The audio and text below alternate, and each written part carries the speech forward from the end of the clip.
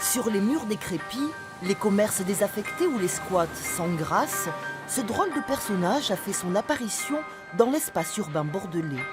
Parfois accompagné d'un message impossible de lui échapper, car il ponctue le paysage avec son invariable t-shirt rayé, mi-loup, mi-coyote. Son créateur l'a nommé le Mimile.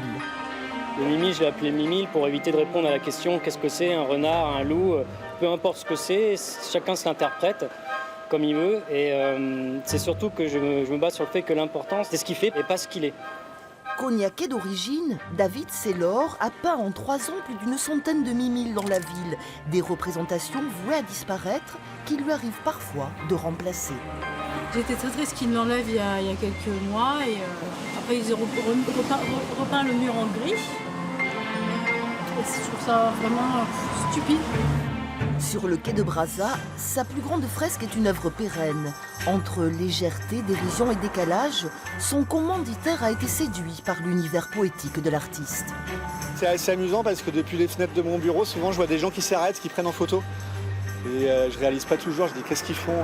Je pense que ça fait partie d'un circuit aussi. Il y en a qui l'ont vu ailleurs et qui disent ah c'est ici aussi. Voilà.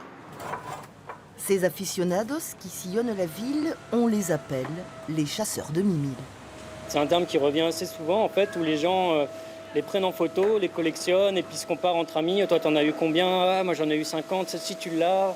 Ou des fois on me demande aussi où est-ce qu'ils sont cachés. Est-ce qu'il y a des gens qui organisent des jeux de piste autour de mes différents mimiles, autour de la ville?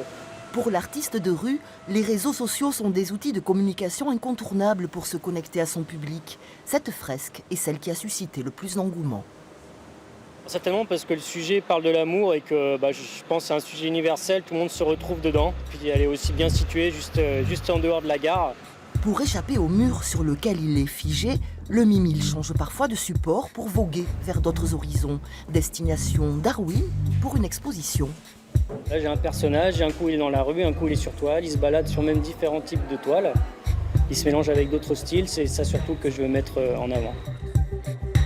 Peintre et street artiste dans l'âme, les murs restent pour Saylor son moyen d'expression privilégié. Les murs, ça offre une visibilité énorme. Enfin, l'art, ça a toujours été un peu élitiste, ça a toujours été dans les galeries. Et le fait d'être dans la rue, du coup, ça permet de toucher vraiment une couche de population vraiment très large et très populaire. Au gré de ses rencontres et de ses déambulations fécondes, Saylor s'est imposé comme l'un des acteurs du patrimoine street art bordelais.